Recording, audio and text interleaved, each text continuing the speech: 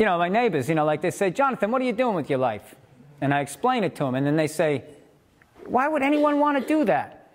My idea of camping is not staying in a first-class hotel, you know? I don't do nature, you know? So, like, these are my peers growing up, and that was my cultural support, which, you know, I had Tom Brown, which, you know, certainly he was not really, he wasn't too concerned with what people thought of him.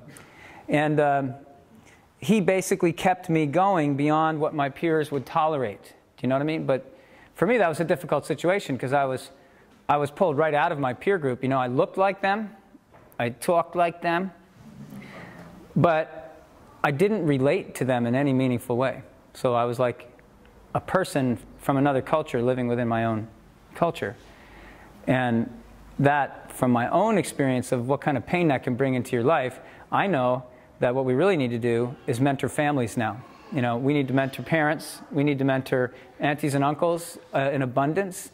We need young people to bump into all kinds of adult role models that are going to help guide them and support them, because if we don't, the society's not going to.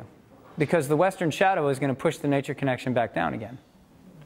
Now, the reason why we want to do this is because as these children grew in their deep nature connection skills and experiences, 2-3 years into it, these lights turned on, and that's what I'm going to call, you know, genius, whatever you want to name that.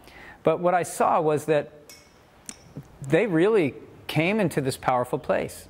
And when parents met the young people I was working with, and this still happens to this day, when parents meet these young people, you know, they say, this is one of the most wholesome young people I've ever spoken to. And then they bump into another one, and they're like, another one.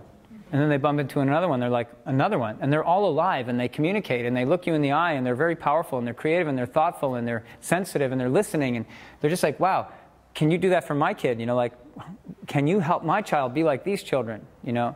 And that's kind of how the model always grows, because people immediately recognize the power in these young people who come through this model.